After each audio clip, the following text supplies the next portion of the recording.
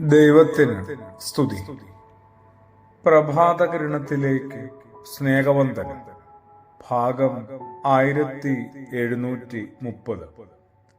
ഇന്ന് സെപ്റ്റംബർ മാസം 25-ാം തീയതി, 269-ാമത്തെ ദിവസത്തിലെത്തി.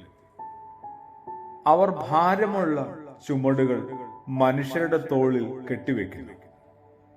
ക്രിസ്തുയേശുവാണ് പറഞ്ഞത്. ആരെ ഉന്നം വെച്ചാണ്?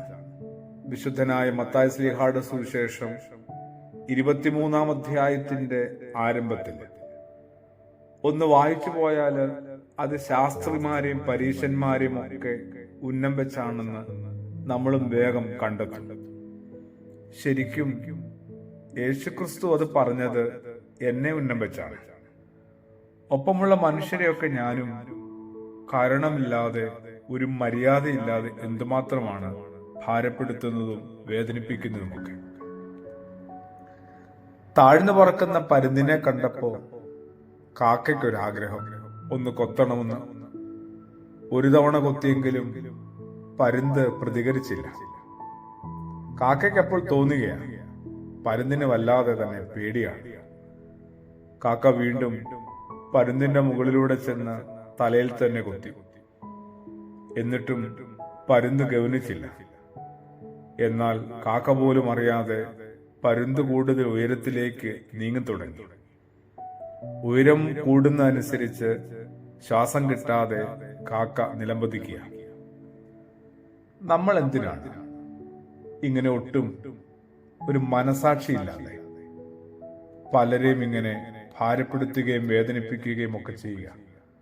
പ്രതികാരമാണ് പലരുടെയും വലിയ ഉന്നോലക്ഷ്യമൊക്കെ. കുറെ കൂടി മനുഷ്യപ്പറ്റോടുകൂടി ക്രിസ്തു അംശമുള്ള മനുഷ്യരായിട്ട് നമ്മൾ മരിക്കുന്നതിന് 1 മണിക്കൂർ നേരം മുമ്പെങ്കിലും മാറിയിട്ടുണ്ടാവും. മാറാൻ സാധ്യതയുണ്ട്. അങ്ങനെ ഭൂമിയെ വിട്ടു പോകുന്നതിന് മുമ്പെങ്കിലും ഒരു അല്പനേരമെങ്കിലും നമ്മൾ ഏതാണ്ടൊരു ക്രിസ്തു അംശമുള്ള മനുഷ്യരായിട്ട് മാറാൻ എന്തെങ്കിലും സാധ്യതയുണ്ടോ? ഇങ്ങനെ ചോദിക്കുന്നത് മറ്റൊരാളോടല്ല, ഞാൻ എന്നോട് തന്നെയാണ്. കേൾക്കുന്ന ഓരോരുത്തരും അവനവനോട് തന്നെ ചോദിക്കുക. കുറെ കൂടി ഒരു ഭാരമില്ലായ്മ, ആശ്വാസത്തിന്റെ അനുഭവങ്ങളൊക്കെ ചുറ്റുപാടും പകരാനായിട്ട് എന്തെങ്കിലുമൊക്കെ എനിക്ക് ചെയ്യാനുണ്ട്.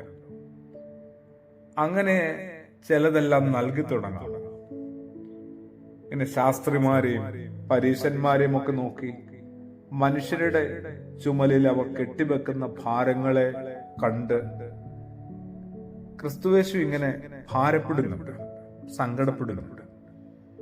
ഒരുപക്ഷെ നമ്മളുടെ ജീവിതത്തെയും കണ്ട് എപ്പോഴാണ് നമ്മളൊക്കെ ഈ നുകങ്ങളൊക്കെ പ്രിയപ്പെട്ടവരുടെ ചുമലിൽ നിന്ന് ഒന്ന് എടുത്തു മാറ്റുക? അതിന് നമുക്ക് ഒരു പ്രകാശം ഉണ്ടാവട്ടെ, ഹൃദയവിശാലത ഉണ്ടാവട്ടെ, യേശുബോധം കൂട്ടിനു വരട്ടെ. ആമേൻ.